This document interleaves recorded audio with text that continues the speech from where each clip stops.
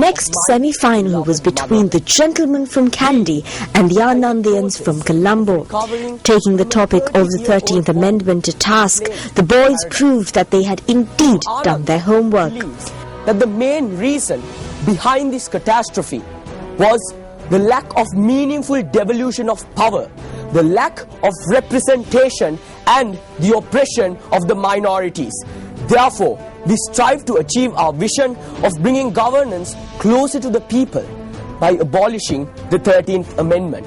It's now or never. The arrival of American theosophist Colonel Henry Steele Olcott and Madame Blavatsky in Gaul on the 17th of May 1880 was to be the beginning of a religious and cultural renaissance in colonial Ceylon. Inspired by the Panudravade, Sir Olcott saw the cultural penury that had befallen the Sinhalese. A vociferous academic, Sir Olcott established the Buddhist Theosophical Society to remedy this. Their primary task was to set up English schools for Buddhists. Gihan Samaravikrama faced the second round and met word for word his opponents from Kandy. Kingswood showed off their skill and ability to face a battalion of fiery questioners. Second level of analysis, we said there are so many flaws in the 13th Amendment. So if you amend it to such an extent, if you improve it to such an extent, it would no longer be the 13th Amendment. And that's why we believe abolishing it is the only solution. 6 years after Sir Olcott had landed on the island, on the 1st of November 1886, the first English Buddhist school was opened at number 54 Malibon Street, Petta.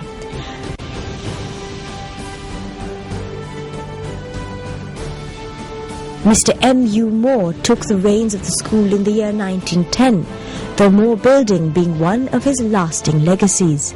Ananda College is the first English Buddhist school in the island. Actually, founders started the school to teach English for the Buddhist people. However, now we call Sinhala Buddhist school. We can see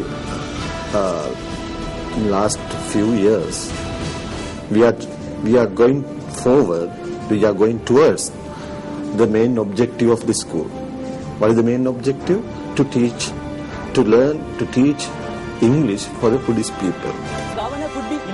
The Anandians built a formidable foundation of arguments and made a strong case against Kingswood. Representation to the people of the province. Yes, sir. Exactly my point, sir. When you amend the 13th Amendment, it will no longer be the 13th Amendment anymore. Your only option is to abolish it or stick to it. The 13th Amendment has been improved to 16th Amendment, but still we call it as the 13th Amendment. So it can be done, sir. From Malibon Street, the school was shifted to number 19 Prince Street, Petta in August 1889, before Ananda found its permanent niche at Maradana in 1895.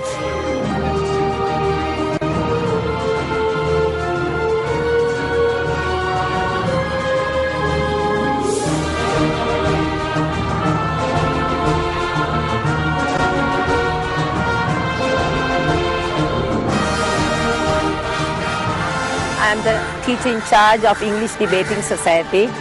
Indeed, this is a very happy moment for us.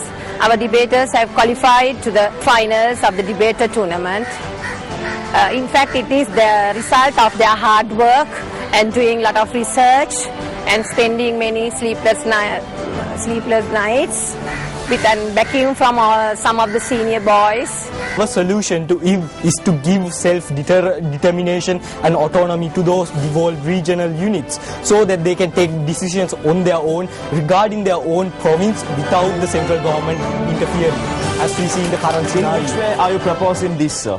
Look, sir, it is not side propositions burned to give you the nitty-gritties of the new amendment, but we have given you a clear outline and we need proper meaningful devolution devolved into those units. So you are proposing the abolishment of 13th Amendment and you are just taking it out of the pocket and you are leaving, sir. So is this okay? Your duty is half done, sir. You are leaving the big question of what do we do next? Yeah? Sir, if you are proposing an alternative, proposing in a alternate manner, sir. So why don't you hand me your paper? piece of pen and a paper and I'll draft an entire constitution and just hand it over to you in 2 or 3 minutes, because we can't do that, and we've given you an alternative, and that is to bring about proper meaningful devolution to Sri Lanka so that the minorities' voices will be properly heard and that we'll be taking governance closer to the people. And I must tell you that it's going to be a cracker of a debate. The road to the semi-finals was not easy. We had a lot of late nights, we had to face a lot of impediments, and especially me and Binura, we actually compromised our O-levels for this, and we are not ready to give up, we are not ready to turn back, and we are going for the trophy of the debater. And I must tell you that there were a lot of people behind our success.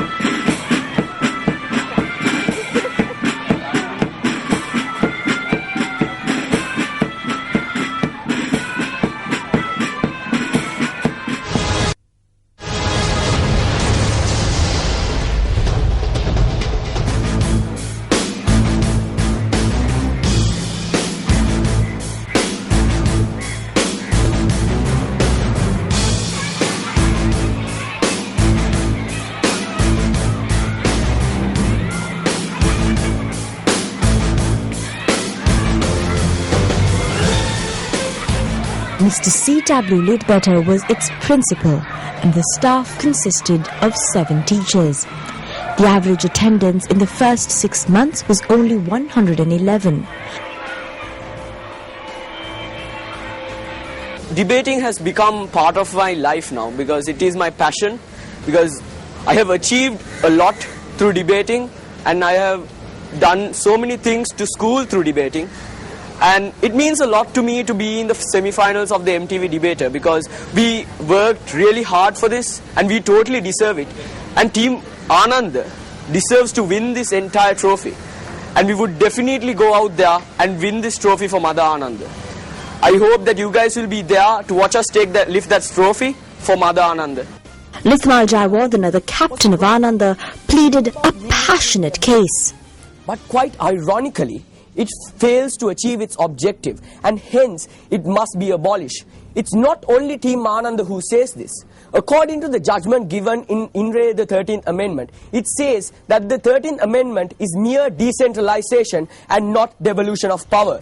And why do I say so? The fundamental flaw in the 13th Amendment. According to Article 154(b)(2), the provincial governor, who holds power over appointing the chief provincial minister as well as the board of provincial ministers, is appointed by the executive president, who only needs 51% of the votes in Sri Lanka. As I am the assistant teacher in charge of debating and Litmal's class teacher, I would like to talk something about him. He is a good debater, as a very active actor, and in acting he has no choice. He is ready to accept any part or any character as it is given to him. I can still remember him acting as Juliet in Romeo and Juliet at the Shakespeare drama competition. It's really impressive, and he is a good scholar with a critical eye. I wish him all success, and I believe that Mother Ananda will help them to bring glory to Mother Ananda.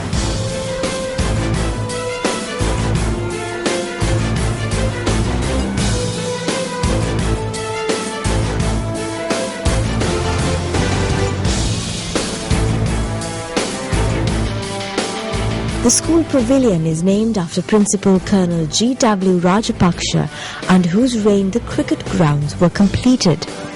Each building of the school is named after a past principal, under whose able hands the legacy of Ananda College has been moulded.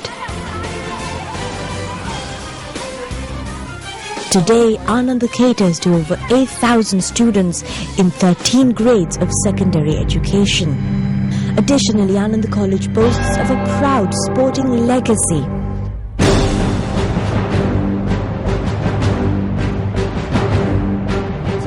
The Anandians seem to have read the 13th Amendment back to front and quoted from it with diligence. The debate was an exciting, skillful display of wit and intelligence.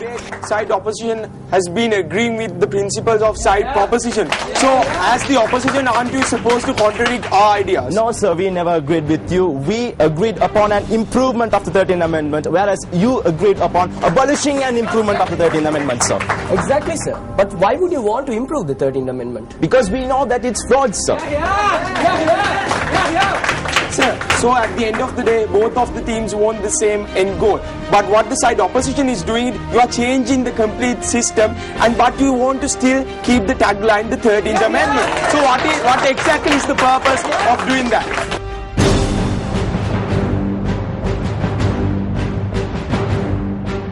The Anandians are groomed to excel in any chosen field, and as such, the school allows them to explore varied disciplines.